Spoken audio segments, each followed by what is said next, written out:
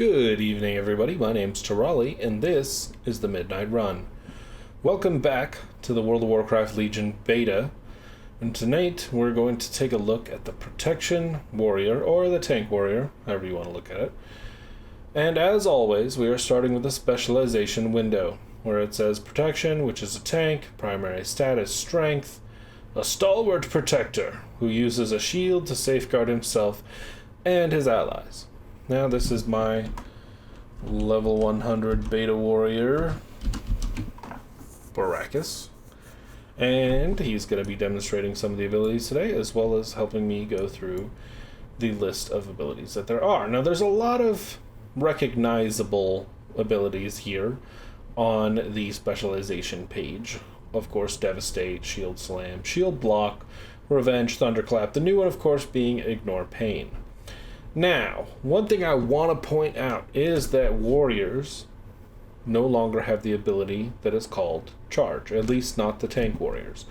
I don't know about Fury or Arms because I haven't looked at them yet, but with a tank warrior, we don't have an ability called Charge. Instead, they changed the way Intercept works. Now, Intercept now has two charges. You run at high speed toward an ally or an enemy. When targeting an enemy, you Intercept will root them for 1.5 seconds and has a minimum range of 8 yards, much the way the Charge did. Works pretty much the exact same way the Charge does. Now, when you target an ally, it works how Intercept worked. Intercept will intercept the next melee or ranged attack against the ally within 10 seconds, while the target remains within 10 yards.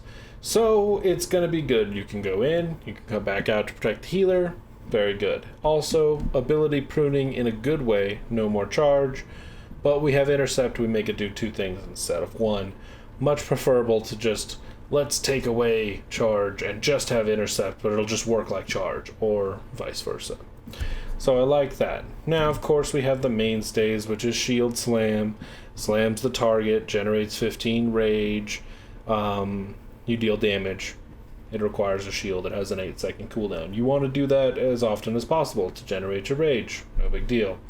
Devastate does the same thing it's always done. A direct strike dealing 15,000 damage, 30% chance to reset the remaining cooldown of Shield Slam. That's new. It doesn't require any cost except that you have a shield, but it has a 15% chance to a 30% chance to reset the cooldown of Shield Slam. They really want you Shield Slamming a lot. The one thing that I did see was that now Shield Block costs 10 rage. If I'm not mistaken, Shield Block on Warlords of Draenor costs 60 rage. I never used Shield Block on Warlords of Draenor because it costs so damn much. Now, I'm going to be using it in Legion a lot more, because 10 rage, obviously, 15-second cooldown, I raise my shield, I block incoming melee attacks against me for 6 seconds. These blocks can't be critical blocks, but they increase shield slam damage by 60% while active. So the idea is shield block, shield slam, extra damage. Very good synergy there. I like it a lot.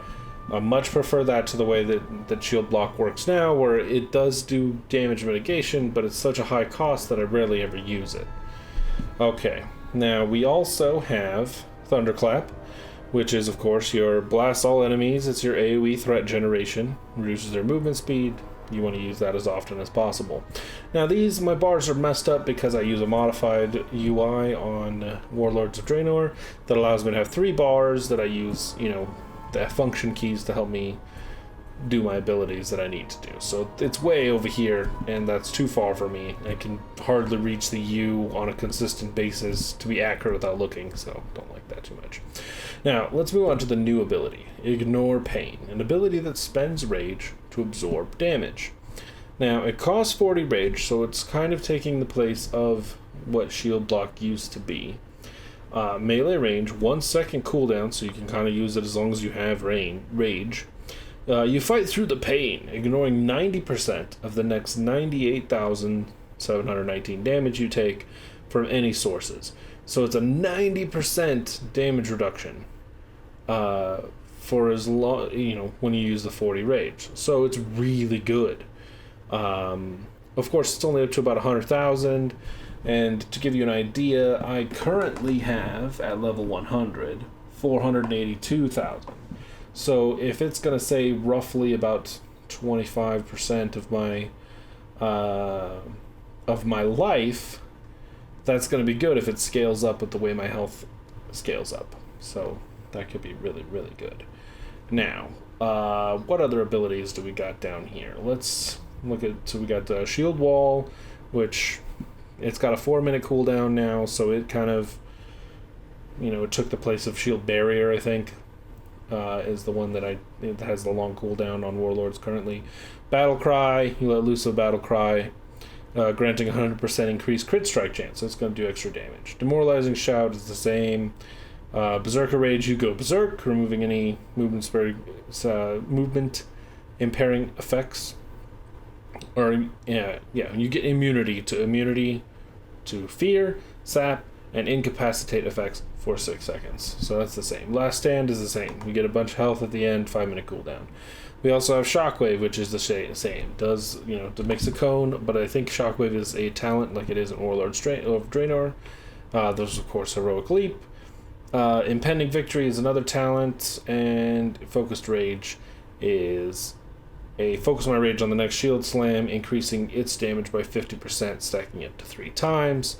So if you focus rage, and then shield slam after you've shield blocked, you're going to do a ton of damage with shield slam. So now that we've kind of gone over what's on my bar here, let's take a look at the talents themselves. Okay, so level 15, you get to choose. Basically, it's an additional tanking ability or tanking utility type thing. So Shockwave does conal damage to stun. I like it, so that's why I took it. Stormbolt hurls your weapon at an enemy, causing a certain amount of damage and stuns them. That's kind of neat. It's like throwing Thor's hammer and hitting somebody and stunning them for a little bit, which is good. It's kind of like a poor man's Shield of the Righteous that paladins have. Warbringer, Intercept now deals extra damage to all enemies within, or does damage to enemies within 5 yards of the target and stuns them as well for 1.5 seconds. So that could be really good in a dungeon that has a lot of enemies, or if you're fighting a lot of enemies out in the world, to just intercept in, stun. It's very cool. And it because it does enemies within 5 yards of the target, which means ally or enemy, that's going to be helpful for when your party members are surrounded by guys and you can dash in there, stun them for 1.5 seconds, allow them to regain their healing, drop their threat, that sort of thing. It's going to be very good. Impending Victory is the thing that I talented into. Of course, it replaced Victory Rush. It's very similar to what it was before. Killing an enemy resets it, of course. Inspiring Presence. You inspire your allies within 60 yards, causing them to be healed for 3% of all the damage they deal. That's really good in a raid. In a raid, you would probably want to take Inspiring Presence over Impending Victory, just because you can add to their healing potential, which is very, very good. I might take that in general, just run around solo. So, or not solo, but with a party member that doesn't have healing abilities. That might be really good. Like if I was rolling with a mage or a hunter, or a rogue or something, I could put that on and it would help a lot. Safeguard. Intercepting a friendly target now also causes 20% of their damage taken to transfer to you for 6 seconds. That's also very good. That's a very good, I think Safeguard's been around for a bit, but I like that one too. Very friendly for obvious reasons. Renewed Fury. Ignore Pain also enrages you, increasing all damage you deal by 10%. So if I'm going to use Ignore Pain all the time, might as well give me some extra damage to go with that. Ultimatum. Your Shield Slam critical strikes cause your next focused rage to cost no rage. That could end up making some sort of infinite loop of focused rage Shield Slam damage, but you gotta probably stack some crit on that.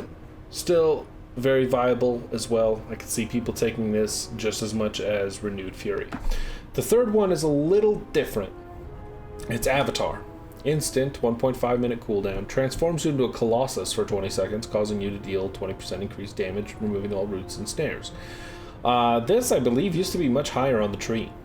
Or there was something very similar to this that was much higher on the tree. So now it's It's down here at level 45, which could be very, very useful level 45 when you're leveling through dungeons, and you just want to like, oh, I'm just gonna go Colossus or Avatar and smash everything. That's gonna be kind of cool. It's gonna be fun to see, that's for sure. If nothing else, it'll be fun to see you transform into a Colossus. At level 60, you get a choice of Warlord's Challenge. While Berserker Rage is active, you may use Taunt with no cooldown, and taunted enemies move 50% faster towards you. So it's kind of like a, I'm raging out, come get me, like a come at me, bro, kind of deal. Second one, we got Bounding Stride. Reduce the cooldown on Heroic Leap by 15 seconds, which could be very useful. And it also increases, Heroic Leap now also increases your run speed by 70% for 3 seconds. Also could be very useful if you're talking about mobility, which could be a very interesting thing considering how much mobility demon hunters have.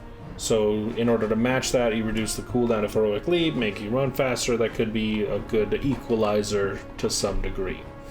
Cackling Thunder increases the radius of Thunderclap by 100%. That for me is a no-brainer. I'm going to pull aggro from larger groups. I'm going to make sure that they stay within my aggro range. I like that a lot, and it might get me into trouble here and there, but I like it from a threat perspective. Not that you really have to worry about threat too much, but I like it from a like, I want everything, give me all of it, and you're not getting away. At level 60 it can be very useful, especially going into the Outland dungeons when you're leveling in your dungeon progression. Hellfire Ramparts can sometimes be a little tricky to get all those mobs in one spot, especially as you get towards the second half of it. Not that that instance is hard or anything like that, but just to make it easier to tank it all at once. That's going to be really good, really helpful. At level 75, Best Served Cold, the passive. Revenge generates 2 additional rage for each target that it hits. Now Revenge, down here, swing in a wide arc, dealing a bunch of damage over to all enemies in front of you. Your successful dodges and parries reset the remaining cooldown on Revenge up to once per 3 seconds, and it generates 5 rage.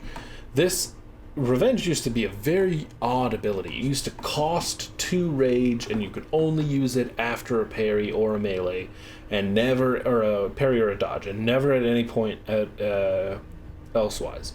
Now it's kind of taken the place of like you used to have to like rend and then thunderclap, and then that would like spread your rend to get your aggro into like an AoE type of range. It's kind of taken that sweeping strikes away. It's replaced all that and made it so that you have this melee or this AoE ability available to you pretty much at all times, and with parries, you know, it gets better the more you parry and dodge.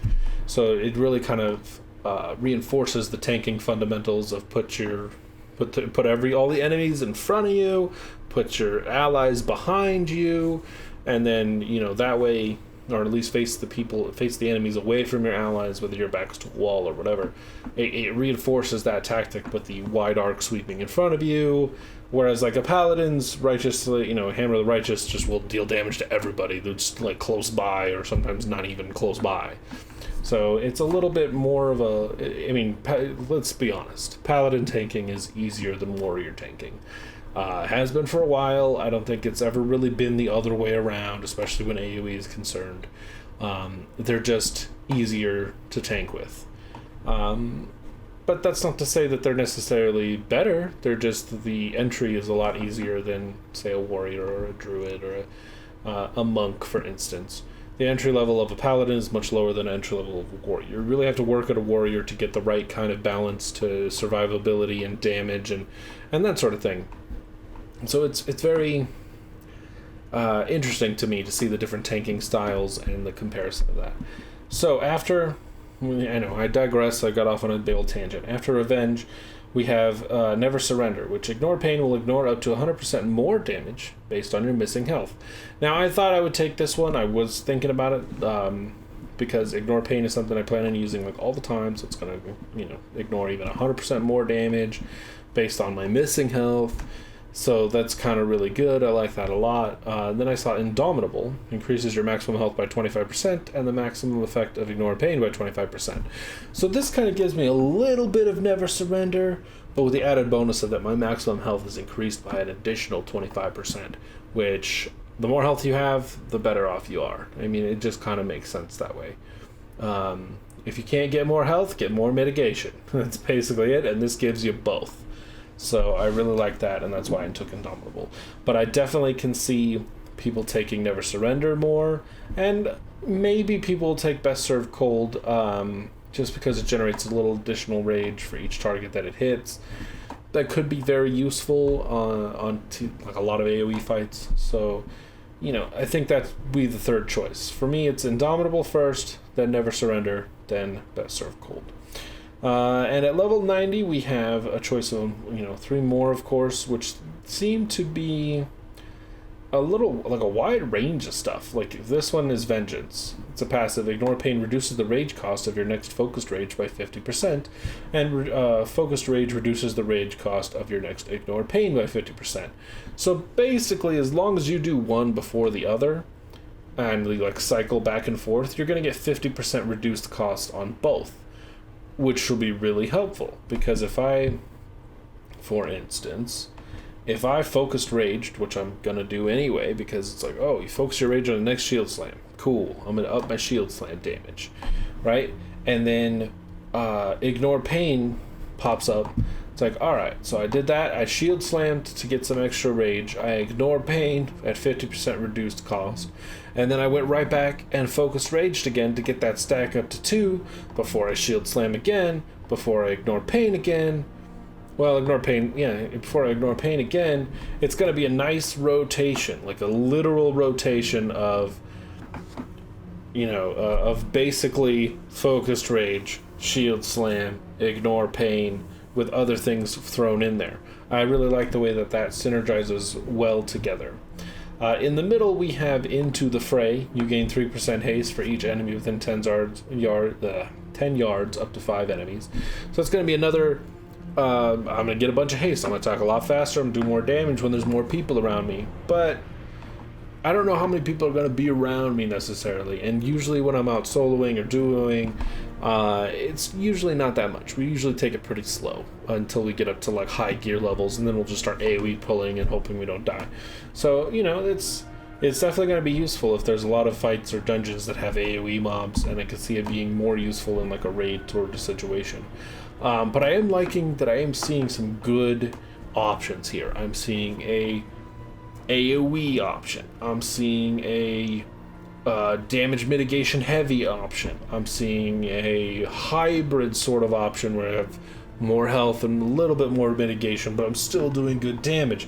I like how I'm seeing a lot of different options or different possibilities, because it's going to make it that much harder to definitively say which one's the best, which means that people are going to play how they want to play, how they have fun playing, which is going to make people stick around longer. If you try to force people to play a way they don't want to because it's the best, then they're going to give up on it after a while, because they're not going to have fun. They're not going to be like, oh, I used to play that way because it was a lot of fun, but everybody tells me it's the worst possible way to play and it's not viable, so I have to play the super boring way. Well, if you can avoid that pigeonholing people into one playstyle, you can make the game appeal to more people, which means we can start bringing people back who have lost interest in the game, and retain the people we do have who are passionate about the game, like I am, and a lot of other people as well. So I really like how it's shaping up. Now in the third one, we have Booming Voice, which Demoralizing Shout also generates 50 rage and increases damage you deal to affected targets by 20%.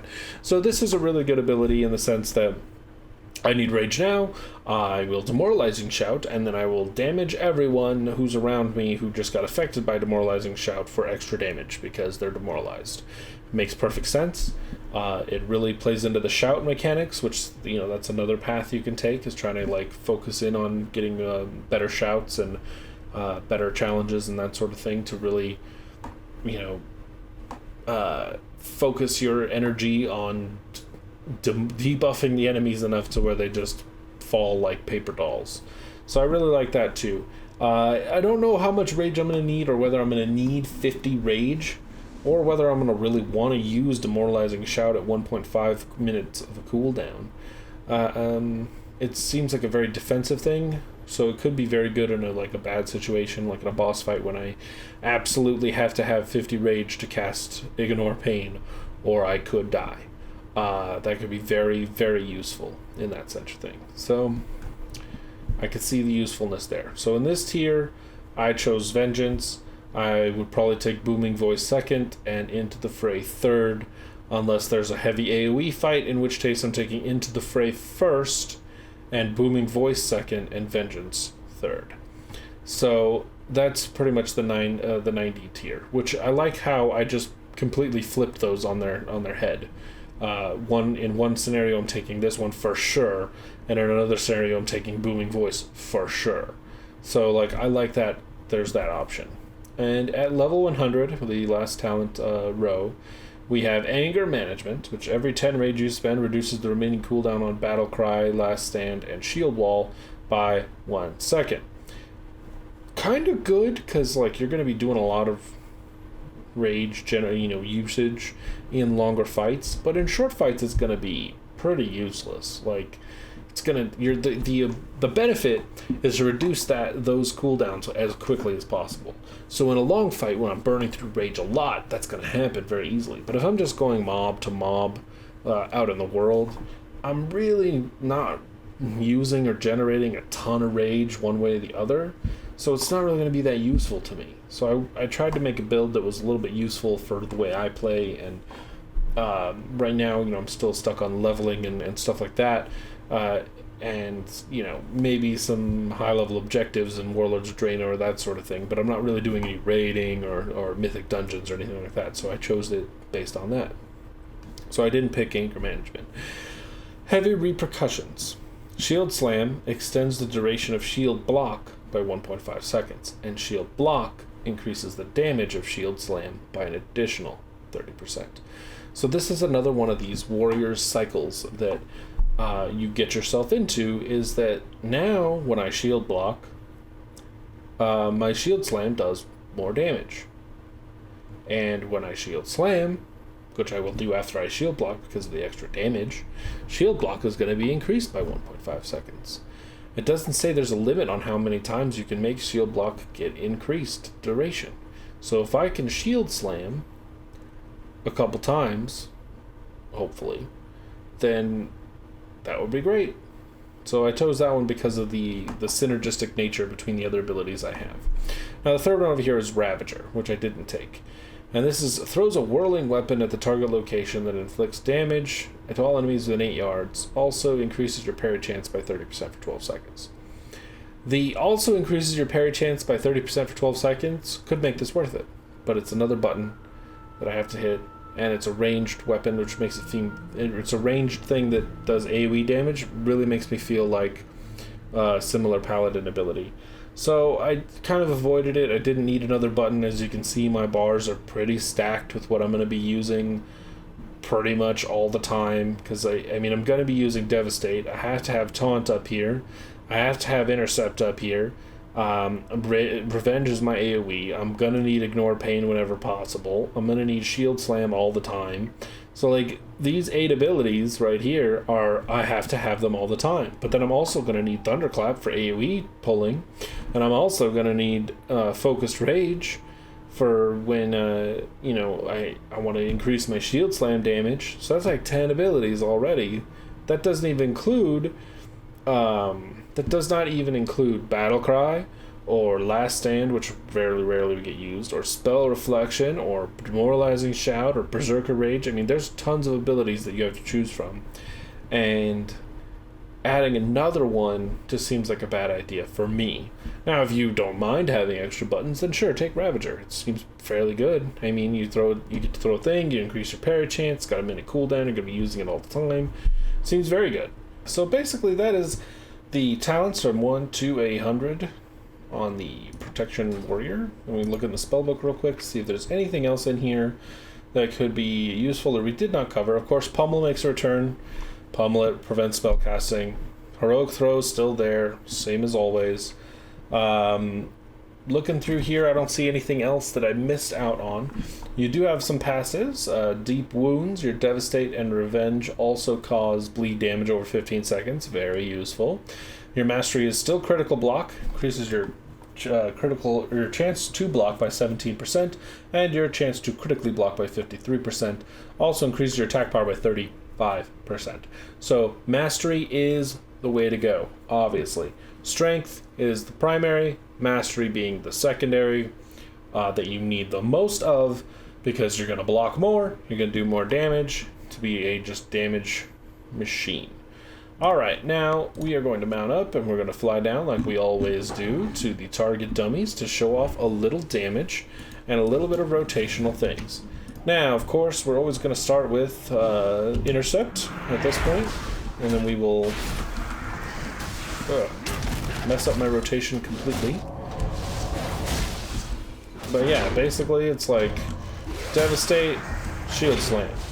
Devastate, Devastate, Revenge when it's up, Focused Rage, Shield Slam, Shield Block for incoming damage, Devastate, Shield Slam, Devastate, Devastate. Ignore Pain, Shield Slam, Focused Rage, that, Revenge, there you go.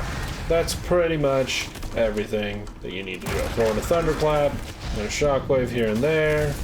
We can Heroic Leap to somewhere else.